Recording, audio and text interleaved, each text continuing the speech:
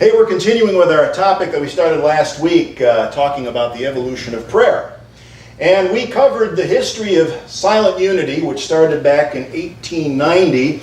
And we talked about how our co-founders, Charles and Myrtle Fillmore, were true pioneers and called them revolutionaries, actually, in the practice of prayer. Culminating in that evolutionary mode of prayer that we in Unity call affirmative prayer. Charles Fillmore wrote that traditional forms of prayer had turned people into, he called them, a race of praying beggars. A race of praying beggars. Everybody has a wish list of favors that they want from God, and they present it. And the Fillmores recommended something different instead. Here's what they said on the subject. Charles said, do not supplicate or beg God to give you what you need. Prayer is a simple asking for that which we know is waiting for us, and an affirmation of its existence. And his wife Myrtle said, prayer is an exercise to change our thought habits and our living habits, that we may set up a new and better activity in accord with the divine law, rather than with the suggestions we have received from various sources. Various sources are often the source of problems when we listen to them. And so Myrtle says, go within, change what's going on inside. So affirmative prayer, it's directed within, its purpose is to change the only thing that we can reliably ever hope to change, which is our own habits, attitudes, thoughts, basically the content of our own consciousness. Now, one of the things I didn't get a chance to mention last week, just didn't have enough time to cover it all, was something that's really, really new in the evolution of prayer. Most people have one of these gadgets, right? A not-so-smart phone. I mean, those of you who have them know they call them smartphones. They're actually a not-so-smart phone. But with all the smartphones around, you've all heard the saying. People say there's an app for that, right? There's an app for that. Well, now it's happened to Silent Unity. There is indeed an app for that called You Pray. And I know what some folks are thinking. Really? Is that really necessary? Well, first of all, it's free. That's a big part of it. And it really is simply another way of getting support in our transformation from being a race of praying beggars to learning how to shift consciousness to an awareness of our own inner power to shape our experience of life. It's a very simple app. On the next screen here, essentially you're going to enter your prayer like a text message, right? You know, kids are always text messaging, so you enter your prayer request in the box, hit the send button, and if you flip that little switch, it says I'd like an email response, and what they'll do is they'll send something back to you that will reflect the prayer request and be a basic summary of what they're praying with you about. So that's the prayer aspect of it. And then this part I find to be very useful, because I know a lot of folks have difficulty formulating affirmations in the midst of an event or an issue that's going on. Sometimes it's difficult to sit down and formulate an affirmative statement of truth. This has several different categories. The one that's up there now is guidance, but they have them for health, for prosperity, for harmony, a whole bunch of different ones. And so you select that and it gives you affirmations that you can use. And then finally, here's the third part of it is I guess you call it a guided meditation app. And when you press the start button, it'll give you a 3-minute guided meditation that they change every month. And then down here, on the second half of it is you'll hear the prayer for protection. James Dillard Freeman's prayer for protection being read by somebody. So it's kind of like having a chaplain in your pocket when you think about it. But I want to assure Therese and the rest of our chaplains that there is no substitute for the real thing. So if you're having difficulty formulating an affirmation and you're here and our chaplains are here, don't get the app out, okay? Look up one of our chaplains, sit down with them. They are here to help you, and they will do that. They're happy to do that. Okay, so beyond affirmative prayer, there is another evolutionary step in the history of prayer that Unity calls very simply the silence. The silence. Other traditions call it meditation, or the real popular term for it today is mindfulness. You've probably heard that, mindfulness. In fact, just last Saturday on NPR, they had an interview with Sharon Salzberg, who some of you may have heard of. She is a very well-known teacher of what is known as insight meditation, which is a form of mindfulness meditation. You'll also hear it called vipassana. Same thing, different language, that's all. Mindfulness meditation, insight meditation, vipassana, all the same thing. And I like to think of it as a form of Buddhist meditation without a lot of religious trappings, because you're not going to find robes and incense and bowing and chanting at most insight meditation centers. And this was the lead-in to the interview with Sharon Salzberg. They said, many Americans are swamped with stress, but there may be ways to ease the tension without changing the circumstances. Easing the tension without changing the circumstances, which is exactly what we were talking about last week with affirmative prayer. We're not trying to change the outer circumstances. It's an inside job. I mean, what happens when we focus on the outer circumstances and try to change them? What happens when our stress reduction is dependent on changing the outer circumstances? Boy, that can be an exercise in futility a lot of the time, maybe even most of the time. All we end up doing by focusing outside is we amp up the stress, which is just the opposite of what we want. They noted a recent survey, which probably comes as no surprise. Stress in America, it says that around half of all adults reported a major stressful event in the past year. Probably no big surprise there. And she made one small comment during this interview that really, really caught my attention. She said this, she said, we tend to rely on intensity in order to feel alive. We tend to rely on intensity in order to feel alive. I thought, wow, that is so true. I mean, look. What was that old Eagles song? I got a peaceful, easy feeling. You're probably going to do that Friday, aren't you? Some Eagles? I don't know. I got a peaceful, easy feeling, right? Well, not anymore. You know, ordinary experience doesn't seem to be enough in our culture today. Everything has to be extreme, right? You have extreme sports. There's extreme pizza. And here's the real kicker. There is actually something, I kid you not, I looked this up. There is actually something called extreme meditation. Isn't that the silliest thing you've ever heard of? Extreme, ultra deep meditation is how it's billed. I mean, none of that wimpy, regular meditation stuff. No siree, we're going to go so deep there's no going back, and you're going to get there in less than 4.7 seconds. 3, 2, 1, relax! Wow.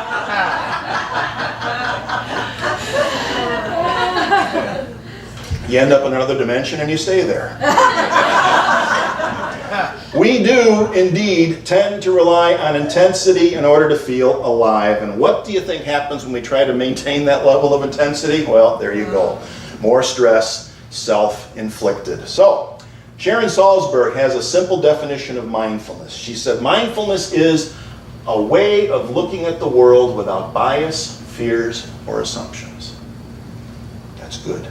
A way of looking at the world without bias, fears, or assumptions. It's elegant.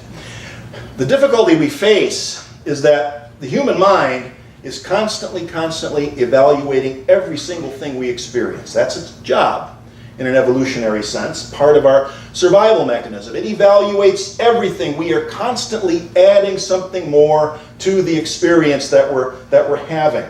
And the title today is called Reality-Based Mysticism. And I have to say, over the years, I've wrestled with the word mysticism because it carries a lot of supernatural and religious baggage with it. It can be very subjective. One person's mystical experience can sound a lot like another person's acid flashback, you know, an LSD trip, that kind of a thing. I like to keep it as simple and practical as I possibly can. So, meditation, mysticism. It's not about trying to have an otherworldly experience, because what's wrong with this world? This is what we've got. Why do we want another one? You know, the only reason I think people seem to want otherworldly experiences is because they haven't learned how to go deep enough into this one. You heard the saying, like a fish out of water? It's not a good thing for a fish to be out of water, is it? And yet I think of when we want to have an otherworldly experience, it's like we're asking to be a fish out of water. And as if it's a greater or more profound reality, when in fact it really doesn't do us any good. I want to experience this world. I want to experience this reality as deeply and from as many perspectives as I can. I want to learn something new about the world every day. I want to know something more about the world every single day. And the only thing that stands in the way of that is the way the mind likes to work when we leave it on autopilot. Don't get me wrong, autopilot is a good thing to have up to a point. We do want our important bodily functions to be on autopilot, things like, breathing, heartbeat, things like that. I want my digestive system, all those things to work well without me having to consciously think about it. That would make sleep a bit of an adventure. So there are things that we want to be on autopilot. But the problem is that when the autopilot of the mind is running and we let it run, it likes to run the entire show. Everything. We end up seeing and experiencing everything through the filters of our bias, fears, and assumptions. Our memories, our preferences, our likes, our dislikes, all of those things color our experience. It colors our experience of life to the point where we might be several layers or several filters removed from a more simple and direct and pure experience of ordinary reality, which is what it is to be alive. That's the important thing. The real problems arise when we make the mistake of believing that the filters, our bias, our fears, our assumptions, and those things are who we really are. And that was the whole great insight of the Buddha, that those things are not who we are. We live in this profound state of mistaken identity. And my stripped down and simplified definition of a mystic is a person who has found a way to undo that mistake and get closer to an experience of life that is free from those things. No additives, nothing laid on top. That's why when we learn how to meditate, and Karen led you in a mindfulness meditation exercise similar to what Sharon Salzberg teaches. When we meditate, we learn to be aware of each thought as it arises, each sensation as it arises, and then instead of chasing after them or just letting them run amok, we focus back on the breath or whatever it is that we are focusing our attention on. And this is where the practical part comes in. I'm talking about reality-based mysticism. It has to be practical. So neuroscientists are starting to think that there's some real evidence that a meditation practice can improve our memory and reduce stress.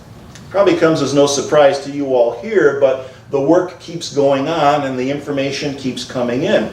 Meditation helps us develop a skill that they call selective attention. Selective attention, and that's what enhances our ability to be more goal-focused when we return to the activities of daily life. Scientists are starting to look at meditation as a form of exercise for the brain. We all know that exercise is important for the body. Well, the brain needs exercise to function as well. There's this interesting book that's been out a couple of years now called How God Changes Your Brain. And it's by Andrew Newberg, MD, and Mark Waldman. Breakthrough findings from a leading neuroscientist. And the premise of the book is that things like meditation, mysticism, were once considered to be religious practices. Well, they're beneficial for reasons that have nothing to do with religious beliefs in God or anything else. This is what the authors are suggesting. They're saying that daily meditation enhances our ability to focus our attention on virtually any goal we wish to achieve. And selective attention improves the memory functions of the brain. There you have it. You can practice meditation as a religious exercise. You can believe in a particular definition of God or not. Either way, the practice itself is beneficial apart from the beliefs you hold. In the book, they talk about they did a case study, and they selected one person to focus on in the book, a man called Gus. He was invited to become a part of their study because he was having memory problems and other kind of cognitive problems. So they did a series of tests. When he first comes in, they do tests, brain scans. They had him do tests to serve as a baseline. Then they taught Gus a particular form of meditation, which he practiced for 2 months. Then he came back. And when he came back, in one test, he showed a 50% improvement. And this was an important test for memory and cognitive skills. Now, they said that this result of 50% was a bit of an anomaly because the rest of the people in the study showed a 10 to 20% improvement. Still, remember, this is 8 weeks of practice. That's pretty darn good. The study is ongoing, but the early results look very promising. And the most significant finding here is that the brain can change. You've probably heard the term plasticity. You'll hear that, neuroplasticity. The brain can change. And it can change, it can heal, it can improve when people employ these particular kinds of meditation practices for specific things. Now, in the case of Gus, they concluded that there were 4 reasons why his memory improved in this situation. First of all, he wanted to improve. You've got to have the desire. You've got to get into this and stick with it. He stayed focused on his intention and goal. He consciously regulated his breathing, posture, and body movements. And then he practiced the skill over a period of time, over and over and over again. That's the way that it worked. You know, when Unity came along back in 1889, there was no other group in the Judeo-Christian tradition that advocated the practice of meditation, at least for lay people. The Catholic Church has an ancient and very well-developed meditative and contemplative practice, but it was almost exclusively for nuns and priests and monks. It wasn't taught to lay people. It wasn't being taught to lay people when I was in the Catholic seminary in the 70s. It was just starting to come along at that time. Same thing in most Buddhist countries. For a long time, the primary practitioners of meditation were monastic, monks and nuns. So Charles Fillmore, he couldn't just go down to the bookstore, go to the self-help section, where you got 2 whole shelves of books on meditation practically these days. He couldn't do that. He couldn't sign up for a meditation retreat someplace. No books, no meditation centers back then, so he was self-taught. And the form of meditation, again, that he came up with is called the silence. When he first started doing this, nothing much happened for a couple of months. But then he started to notice that he was becoming more focused and effective in his business dealings. He was a real estate broker, and he began to notice that he was more focused and effective. He felt better physically and emotionally. And so the practice became a regular part of his routine for his entire life, and I think we can probably conclude that he accomplished some pretty great things in his life. So what we learn from the experience of Gus and the case study we were looking at earlier is that mindfulness practice is something that can be learned. It involves sitting in the silence. It's an inner process.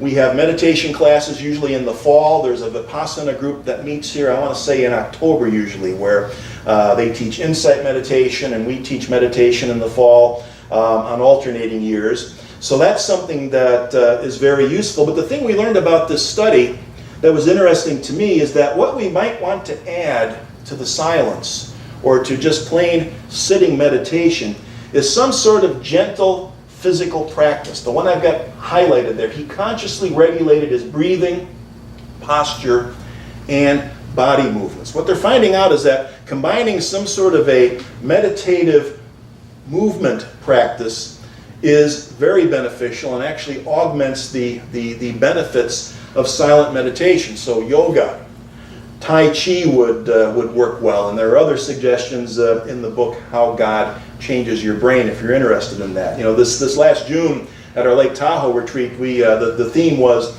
uncovering the inner mystic, and Saturday morning we did a whole series of exercises, meditative practices, and one of the things we ended with was a form of walking meditation that comes from the Zen Buddhist tradition, which involves slow walking that's coordinated with the breathing. And I'll tell you what, we probably did that for about, I don't know, it was about a 15 or 20 minute practice, and everybody commented on how difficult and challenging it was to just walk slowly, placing one foot in front of the other, coordinated with the breath. Isn't that interesting? So it's exercise for the body, it's exercise for the brain, and according to our definition of prayer, meditation is a form of prayer because we're working on our own consciousness. It's a consciousness conditioning tool. So affirmative prayer, meditation, hope you'll try it. See you next week.